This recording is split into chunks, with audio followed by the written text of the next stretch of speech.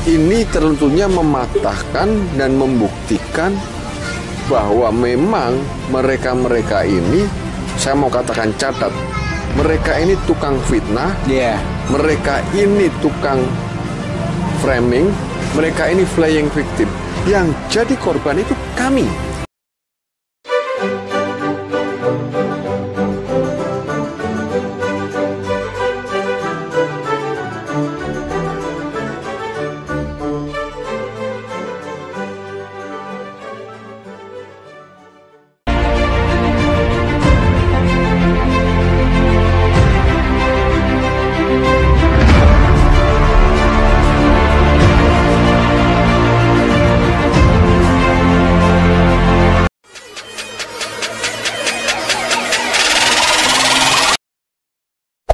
Hey there. Subscribe to my channel. And also press this bell icon. Halo teman-teman, apa kabar Anda semuanya? Tentunya teman-teman selalu dalam keadaan sehat, penuh sukacita dan damai sejahtera. Ya, itulah yang kita harapkan teman-teman. Walaupun kondisi semakin tidak menentu ya saat-saat ini, ya, tapi kita percaya Tuhan selalu memelihara kita dan Tuhan selalu menuntun hidup kita teman-teman. Amin. Saudara-saudaraku yang terkasih di dalam Tuhan, kali ini saya ingin mengomentari ya sebuah video dari Agustan teman-teman, ya, di mana dia merasa terzolimi, ya, dia merasa terzolimi dan dia mengeluarkan statement bahwa orang-orang Kristen ini adalah kerjanya itu memfitnah, ya. Orang-orang Kristen ini tukang fitnah, kemudian tukang framing, dan kemudian tukang flying victim, ya teman-teman. Nah, yang jadi korban adalah mereka, yaitu Muslim. Ya, saya tidak tahu apakah Agustan ini mewakili semua Muslim Indonesia, tapi saya pikir tidak, teman-teman, ya. Nah, dalam video tersebut dia mengangkat sebuah fenomena ya yang ada di salah satu wilayah di Jawa Barat, yaitu Ciranjang, teman-teman. Ciranjang ini bertetangga ya dengan dua desa, yaitu Desa Sendang Jaya dan Desa Kertajaya, teman-teman. Nah, Desa Sendang Jaya dan Kertajaya ini adalah desa mayoritas Kristen ya di Jawa Barat, dan ini sudah terjadi demikian sejak dulunya ya. Sejak zaman Belanda mereka sudah merupakan wilayah atau daerah Kristen, teman-teman. Kemudian ada tetangganya yaitu Ciranjang ya. Ciranjang ini di sana mayoritasnya Muslim, teman-teman. Muslim ya, tetapi di sana kehidupan toleransinya sangat tinggi ya, dimana kehidupan bertetangga itu sangat baik antara Sendang Jaya, Kertajaya dengan Ciranjang.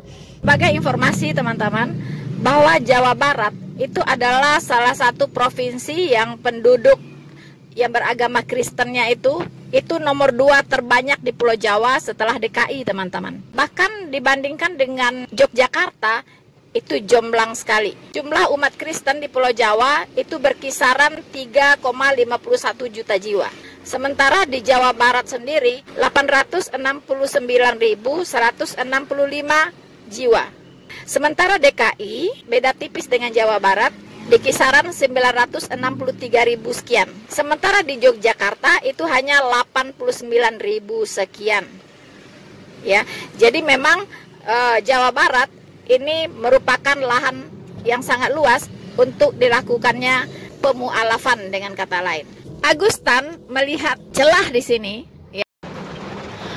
Seperti yang kita tahu teman-teman, dan ini kita pikir bukan rahasia lagi ya, bahwa misi dari Mu'alaf Center Indonesia ya, di mana Agustan juga ada di situ, teman-teman. Di samping dia punya yayasan sendiri ya, Murtadin apa itu ya. Nah, mereka ini punya misi adalah ingin mendirikan pusat-pusat mu'alaf ya, kantor-kantor mu'alaf center di mana-mana di seluruh Indonesia, terutama di daerah-daerah yang merupakan kantong-kantong Kristen, teman-teman. Ini bukan rahasia lagi ya. Itulah target mereka, teman-teman. Dan mereka triknya adalah menggandeng para mu'alaf setempat, ya. Jadi mereka mengedepankan para mu'alaf setempat untuk bersuara, begitu ya. Untuk bersuara seolah-olah mereka memang dari mereka lah, ya, dari mereka sendirilah, ya, membutuhkan mu'alaf center didirikan di daerah mereka, begitu teman-teman. Walaupun mungkin mu'alafnya di sana nggak banyak ya, tapi cukup ya untuk bersuara, begitu. Nah, ini juga yang dilakukan oleh Agustan ini. Nah, di dalam video tersebut yang saya komentari ini, dia menggandeng seorang bapak, ya kan, yang merupakan mu'alaf, ya. Nah, bapak inilah yang disuruh bersuara untuk menyerukan, ya, untuk menyuarakan kebutuhan-kebutuhan mereka. Contohnya, mereka membutuhkan bimbingan, mereka membutuhkan pendakwah, mereka membutuhkan ustadz, mereka membutuhkan kiai, mereka membutuhkan bimbingan-bimbingan lainnya yang bersifat sosial juga, misalnya pembinaan mu'alaf, ya, mengajarkan skill-skill kepada para mu'alaf, ya, itu termasuk semua program dari Mu'alaf Center, teman-teman, ya. Jadi disitulah mereka akan masuk ke daerah-daerah kantong Kristen tersebut untuk berdakwah, dan ujung-ujungnya nanti misi mereka adalah mendirikan Mu'alaf Center di sana. Kalau kita perhatikan nanti, teman-teman, ya, videonya ini dari awal sampai selesai, di sana saya melihat bahwa Agustan ini membawa sebuah misi. Misi yang dibawa yaitu dari Mu'alaf Center, ya, MCI Mu'alaf Center Indonesia, ya, di mana misi mereka ingin memu'alafkan, ya, ingin melenyapkan daerah-daerah mayoritas Kristen di Indonesia, ya. Itu bahasa kasarnya, teman-teman, tapi intinya seperti itu, ya. Di mana mereka ingin membangun pusat-pusat, ya, mu'alaf, gitu. Jadi ingin membangun Mu'alaf Center, ya, di mana-mana, termasuk di daerah-daerah kantong Kristen. Sebelum membangun itu tentunya harus ada jalan masuknya, teman-teman. Harus dibuat masalah dulu, ya. Harus dibuat masalah, kemudian ditemukan masalah, diberikan solusi, di sanalah mereka akan masuk, ya. Kita sudah tahu seperti di Mentawai, di Nias, itu pun menjadi target, ya, Mu'alaf Center ini, teman-teman, untuk bisa eksis di sana. Begitu juga di Manado, ya. Di Manado, di Sulawesi Utara, itu juga mereka sedang merencanakan untuk membangun Mu'alaf Center di sana, ya. Di Nias sendiri itu mereka juga membangun Mu'alaf Center, padahal itu juga mayoritas Kristen, kantong Kristen, teman-teman, ya. Di Mentawai mungkin, ya, saya kurang tahu informasi apakah sudah ada juga, ya, saya tidak tahu, teman-teman.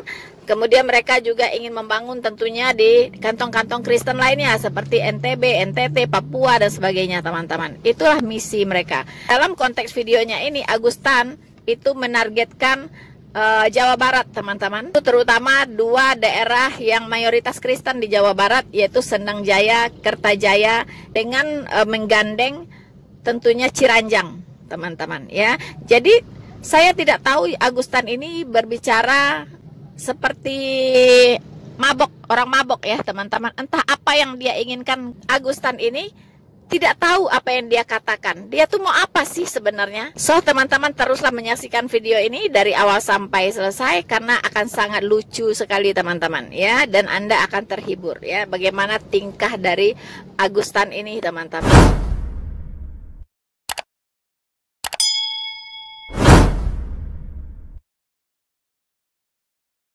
Oke, kita kembali ke Pak Ahmad, ya. Pak Ahmad, Pak Puji Kemuliaan. Ini nggak sengaja, ya, beliau ketemu dengan beliau di tempat ini, dan saya ingin menanyakan tentang hal-hal yang berkaitan tentang pemurtatan di tempat ini, ya, yang isunya begitu center, ya, ini yang menjadi framing bahwa kita ini tidak toleran, kita ini apa namanya, egois, ya, kita ini anarkis. Kami ini ingin membuktikan bahwa itu semua fitnah, ya, itu semua fitnah. Bahkan pemurtatan di sini itu terjadi begitu luar biasa, Bang. Dan sampai saat ini terjadi, ya, Pak Ahmad, ya. Mungkin sebagai narasumber, ya, ini bisa apa namanya, memberikan kesaksian yang tentunya Kalau saya kan nanti dikira saya fitnah, ya kan? Begini ya. Ini saya kepada narasumber sendiri untuk memberikan testimoni. Kalau Pak Ahmad menjadi Muslim udah berapa tahun, Pak Ahmad? Baru 2 tahun, Pak. Baru 2 tahun ya. Itu karena apa, Pak Ahmad? Karena hanya Allah yang satu menolong kita. Menolong ke masyarakat. Kalau Pak Ahmad yakin nggak Yesus itu Tuhan? Enggak, karena Allah itu manusia. Masa ada Tuhannya disalib? Tuhannya disalib, siapa yang menolong kita? Kalau bukan Allah. Playing victim yang sedang dilakoni oleh seorang Agustan ini, teman-teman, ya. Tadi dia mengatakan bahwa di Ciranjang itu, di daerah itu terjadi pemurtatan, ya kan? Pemurtatan, teman-teman, ya. Tetapi dia lupa yang dia wawancarai sebagai narasumber itu adalah seorang mu'alaf di daerah itu. Nah, ini logika sehatnya bagaimana ini? Ya, apakah di sana terjadi pemu'alafan atau pemurtatan, Pak Agustan? Ya, karena yang Anda wawancarai, narasumber Anda sendiri adalah seorang mu'alaf. Yang dulu dia katanya seorang Katolik ya. Nama sebelumnya dari Bapak Ahmad Fauzi ini adalah Puji Kemuliaan. Katanya begitu, ya kan? Nah, bahkan Bapak Puji Kemuliaan mengatakan bahwa ada 30 keluarga mu'alaf di daerah sana. Jadi yang terjadi itu pemurtatan atau pemu'alafan, Pak Agustan. Iya kan? Anda keluar-keluar di sana terjadi pemurtatan, tapi yang Anda wawancarai di depan mata Anda itu ada mu'alaf-mu'alafnya gitu, ya. Ada orang mu'alaf gitu. Berarti kan yang terjadi adalah pemu'alafan. Bagaimana Anda bisa menutup mata? Sebelah yang melihat, sebelah buta begitu ya. Kenapa Anda mempersoalkan pemurtatan? Tetapi Anda tidak mempermasalahkan pemu'alafan. Bagaimana Anda ini? Aduh, Agustan. Ya, teman-teman. Seperti tadi saya katakan bahwa 2 daerah di sana itu adalah daerah Kristen. Ya, di sana itu sebenarnya daerah Kristen, teman-teman. Ya kan? Dan saya dengar-dengar itu banyak juga yang jadi mu'alaf ya di daerah sana. Tadi Bapak Ahmad Fauzi ini ada sekitar 30-an keluarga di sana yang mu'alaf. Berarti lumayan banyak mu'alafnya, teman-teman. Bapak Ahmad Fauzi ini yang diambil sebagai narasumber. Begitu. Ya, tadi yang saya katakan untuk melaksanakan misinya di sana untuk mendirikan mu'alaf center, teman-teman. Ya, atau untuk mengirim para pendakwah, mengirim para kiai untuk merambah daerah tersebut, teman-teman. Ya kan? Nah, seperti kita tahu tadi. Jadi Agustan ini memang tidak tahu dengan apa yang dia katakan. Dia bersyueren, ya, atau merasa keberatan katanya, ya. Bahwa di sana itu terjadi pemurtatan. Nah, tapi ya pada faktanya yang dia wawancarai adalah mu'alaf, teman-teman. Nah, disinilah teman-teman lucunya Agustan ini ya. Seperti maling teriak maling, teman-teman. Tadi dikatakan ya kepada Bapak Ahmad Fauzi, narasumber ini, teman-teman. Tadi Agustan bertanya kepada Bapak Ahmad Fauzi, sang mu'alaf ini, mengapa jadi Islam gitu kan?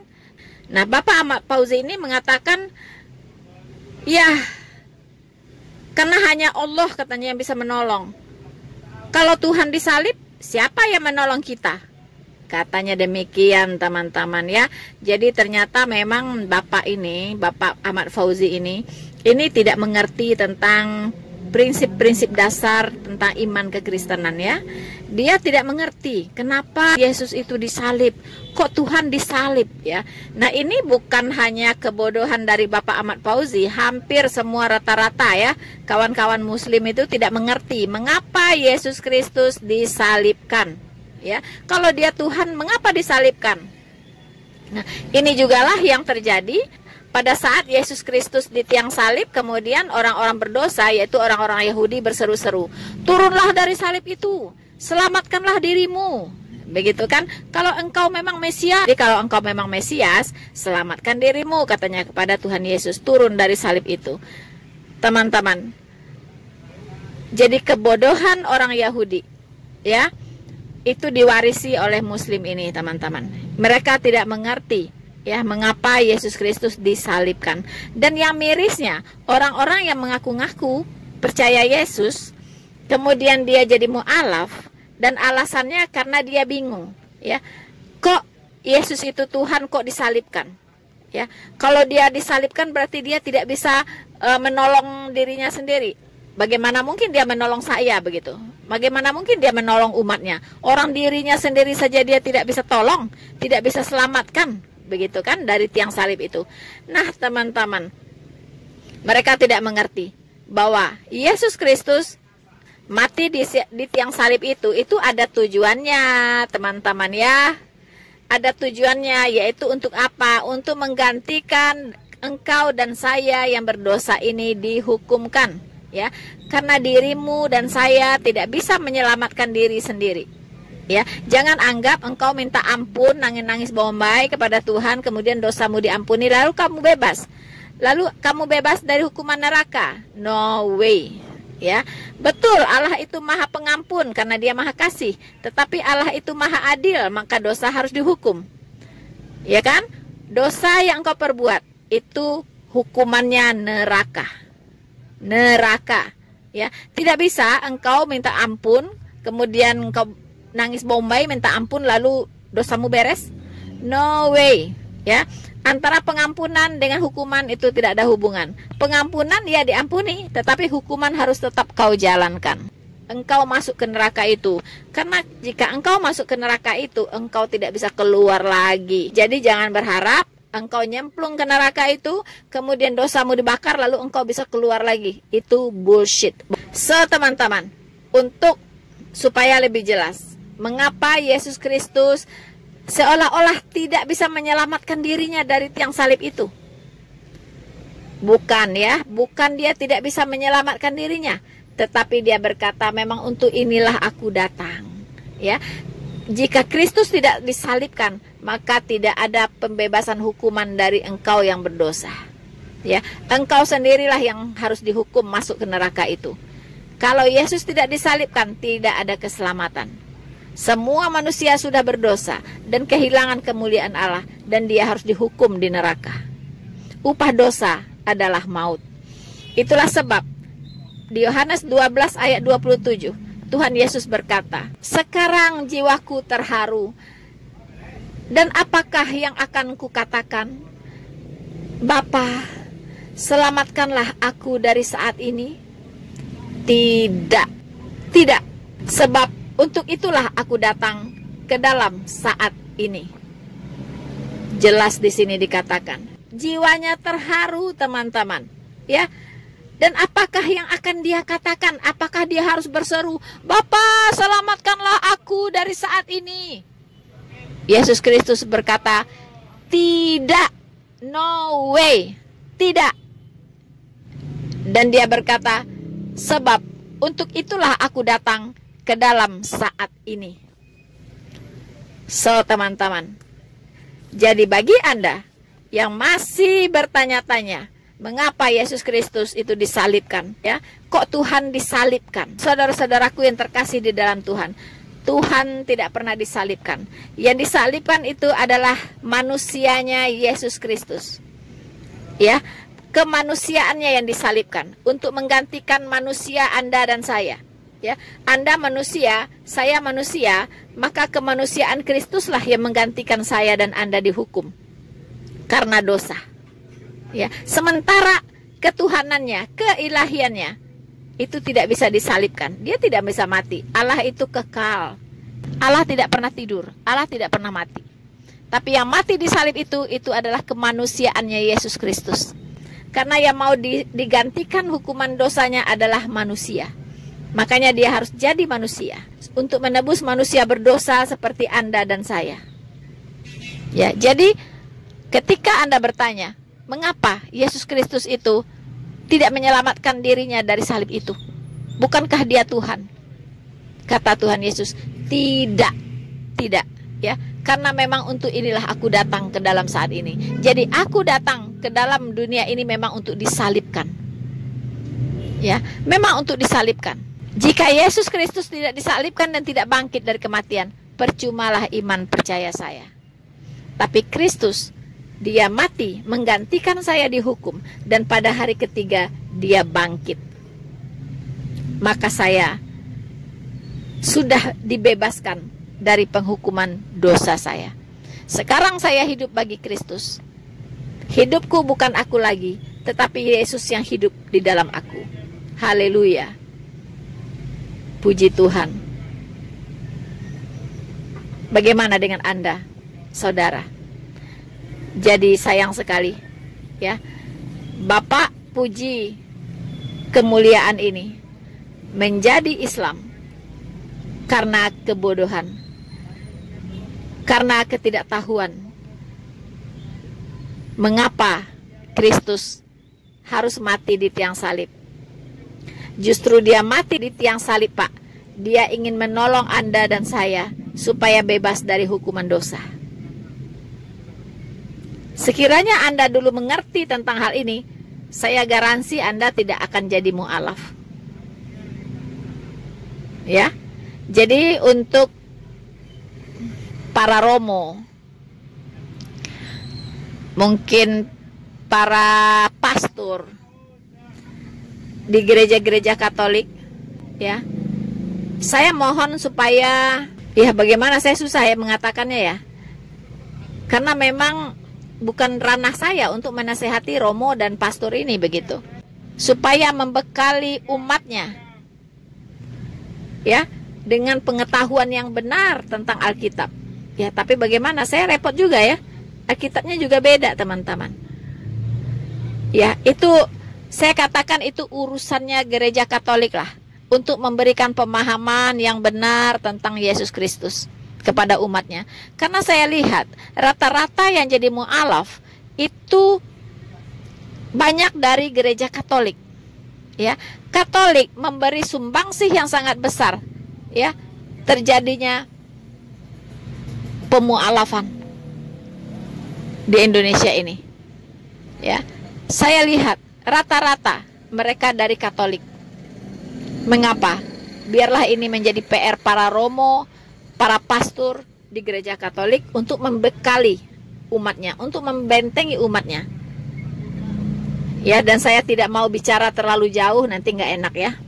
Teman-teman, biarlah ini menjadi PR, menjadi perenungan bagi gereja-gereja Katolik. Karena dari pengalaman saya ya teman-teman, dan pengalaman di lingkungan saya, Kristen fundamentalis, saya perhatikan, kalau jemaat itu mengerti 3 doktrin utama di dalam kekristenan, yaitu doktrin keselamatan, doktrin Alkitab, dan doktrin gereja dengan baik dan benar, yang Alkitabiah tentunya. Dan saya melihat mereka memiliki benteng yang sangat kuat, teman-teman.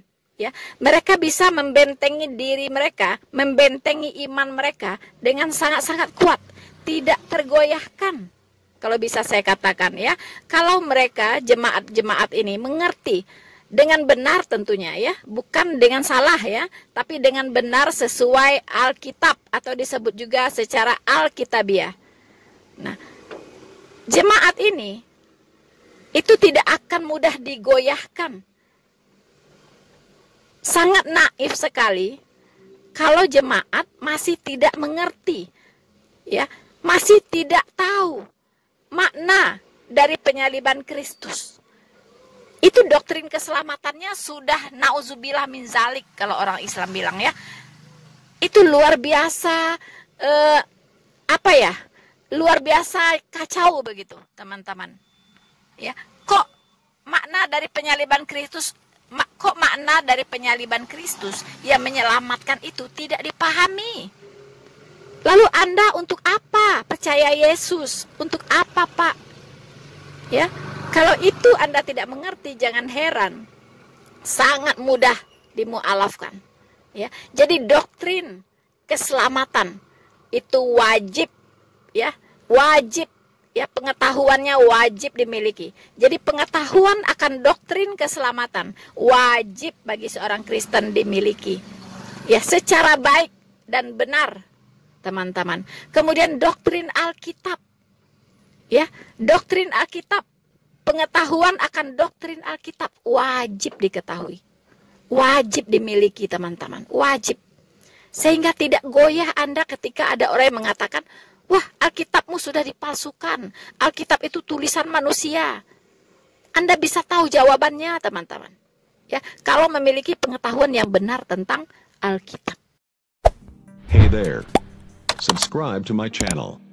And also press this bell icon. Begitupun saya menghimbau untuk saudara-saudaraku para pendeta, ya, supaya apa? Supaya juga membekali umat Anda masing-masing, ya, membekali umat masing-masing dengan pengetahuan yang memadai tentang doktrin-doktrin Alkitab yang Alkitabiah tentunya. Hanya dengan demikianlah mereka bisa bertahan. Hanya dengan demikianlah mereka bisa memiliki benteng yang kokoh di dalam iman, sehingga mereka tidak mudah untuk disesatkan, tidak mudah untuk dibelokkan, teman-teman. Ya, jadi mohon, ini tugas para gembala. Bukankah Tuhan Yesus berkata kepada para gembala, apakah engkau mengasihi aku? Dan itu dia bertanya sampai 3 kali. Ya, kata Simon Petrus, aku mengasihimu Tuhan. Dan kata Tuhan Yesus, gembalakanlah domba-dombaku. Sampai 3 kali Tuhan Yesus menekankan supaya para pendeta mengembalakan domba-dombanya. Anda semua adalah gembala, ya, harus mengembalai domba-dombanya, memberi makan domba-dombanya dengan firman Tuhan yang Alkitabiah, yang benar. Ya, jangan sampai domba-dombanya salah makan, akhirnya perutnya sakit lah, akhirnya dia demam tinggi lah, akhirnya keleyang-keleyang, dan akhirnya dimurtadkan. Ya, jadi mohon kita semua tidak bisa mengendalikan tetangga kita yang di sebelah. Ya, pemualafan gencar di mana-mana, dan mereka punya 1000 cara untuk memualafkan orang. Yang bisa kita kendalikan adalah diri sendiri. Bekali diri dengan pengetahuan yang benar akan pengajaran-pengajaran dasar tentang kekristenan. Jangan alergi dengan doktrin, karena itulah yang bisa membentengi Anda dari pemurtatan. So, saudara-saudaraku yang terkasih di dalam Tuhan, di awal saya sudah katakan bahwa misi dari Mu'alaf Center ini adalah membangun Mu'alaf Center di seluruh Indonesia, terutama di kantong-kantong Kristen. Dan kita akan menyaksikan apa yang kita lihat di video ini, teman-teman. Ya, ini selama 1,5 tahun ya, Pak Ahmad menjadi Muslim. Apa sih sebetulnya kerinduan Pak Ahmad, apa sih? Kerinduan saya ini buat pendakwah, ustadz, ulama, tolonglah perbaiki warga kami agar imannya kuat. Tolong datang ke sini ulama, ustadz yang mengkhotbah ibadah, kan sama ibadah. Saya mendambakan itu, Pak. Jadi nggak ada seorang ustadz yang ulama yang ikut ibadah, nggak ada di lingkungan pesantren juga. Nggak ada yang ngasih pepatah. Jadi perhatiannya kurang ya? Kurang. Harapannya Bapak sebagai seorang mu'alaf melihat pemurtatan yang begitu luar biasa di Sindang Jaya ini, itu apa kira-kira? Nggak, dengan Bapak mu'alaf ini Bapak terima nggak sih dengan pemurtatan ini? Saya nggak terima. Jengkel, sedih, marah? Sedih, jengkel, marah, campur aduk. Saya nggak bisa berbuat apa-apa, Pak. Hanya berdoa sama Allah biar saya dikuatin iman saya. Iya, iya. Ya, Kalau Mbak. orang tua masih ada? Tinggal bapak, Iya, Bapak ya. tinggal orang tua. Kalau saudara berapa saudara? 4. 4 ya. Iya, iya. Sedih, marah, Iya. terus apa lagi tadi? Jengkel. Jengkel ya. Ya, saudara, ini ungkapan dari seorang mu'alaf yang melihat keadaan ini, ya, melihat keadaan ini, ya, tentunya ini menjadi PR kita bersama yang seperti Pak Haji tadi sampaikan. Ya, kita jangan juga diem aja. Ya. Saya akan coba mengeksplor, kita nanti schedulekan lagi ya. Kita kesini karena ini kita perlu explore lebih dalam lagi dan kita ingin tahu jumlah mu'alafnya berapa, Dan nanti dari kita kan apa yang kita bisa kerjakan, kita kerjakan. Ya. Gitu. Karena ini sudah menjadi komitmen kami di lembaga Al-Mutadin dan Ayah Sofia dan teman-temannya lain untuk ya memutus mata rantai ini. Seperti itu. Alhamdulillah saya di sini memang salah satu penggerak daripada Wadah Mu'alaf di Sulawesi Utara. Sebagaimana diketahui kami memang berorganisasi. Jadi memang bercabang, beranting sehingga memiliki sampai sekarang kurang lebih 800 anggota dan banyak sekali masalah yang datang ke kami. Ada yang terusir, ada yang faktor ekonomi, ada yang minta rumah singgah mu'alaf. Nah, kami di sini memang belum ada itu. Jadi kami mohon harapannya dengan adanya tanah yang 700 sampai 800 itu kita bisa bangunkan 3 lantai. Insyaallah. Dan itu bisa menampung mereka semua. Dan ini akan jadi pusat mu'alaf ya Bunda ya. Iya, insyaallah harapan kami di sini ada pemerhati dari manapun berada untuk mendirikan pusat sentral para mu'alaf di sini dan lain sebagainya, pondok pesantren atau apalah seperti itu, minimal pondok pesantren sentral mu'alaf di Kota Manado. Ya, seperti itu. Baik. Ya, bagi saudara seiman dimanapun berada, insya Allah kami di Sulawesi Utara membutuhkan banyak uluran tangan daripada seluruh sahabat donatur dimanapun berada. Mohon dukung pergerakan kami di sini. Kami adalah wadah penggerak sukarelawan dari Ayah Sofia yang alhamdulillah sampai detik ini sangat aktif bergerak di 15 kabupaten kota yang berada. Masya Allah. Dan kami sudah memiliki 7 kabupaten kota bernaung di Sulawesi Utara dan banyak sekali problem yang saya hadapi di sini. Oleh karenanya memang butuh uluran daripada sahabat setia muslimin muslimat dimanapun berada. So, saudara-saudaraku yang terkasih di dalam Tuhan, teman-teman sudah menyaksikan semuanya bagaimana sepak terjang ya. Pemu'alafan ya kan terjadi di mana-mana, bahkan di kantong Kristen seperti Manado, Sulawesi Utara, teman-teman. Anda sudah mendengarkan tadi apa yang terjadi di sana, teman-teman. Sekarang pertanyaan saya, apakah kalian pendeta-pendeta, para gembala-gembala, para pelayan-pelayan Tuhan, apakah kalian akan tinggal diam? Apakah kalian akan tinggal diam? Saudara-saudaraku yang terkasih di dalam Tuhan, ingat pesan Tuhan Yesus. Jika engkau mengasihi aku, gembalakanlah domba-dombaku. Gembalakanlah domba-dombaku. Dan kalian akan dituntut pertanggungjawaban apabila tidak mengembalakan domba-domba kalian. Berikanlah nutrisi yang cukup, berikanlah vitamin yang cukup, berikanlah makanan yang sehat, firman Tuhan kepada para domba-dombamu. Bersama saya Noverina Solihin, Tuhan Yesus memberkati kita semua. Maranatha.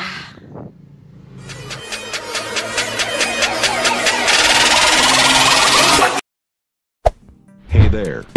Subscribe to my channel. And also press this bell icon.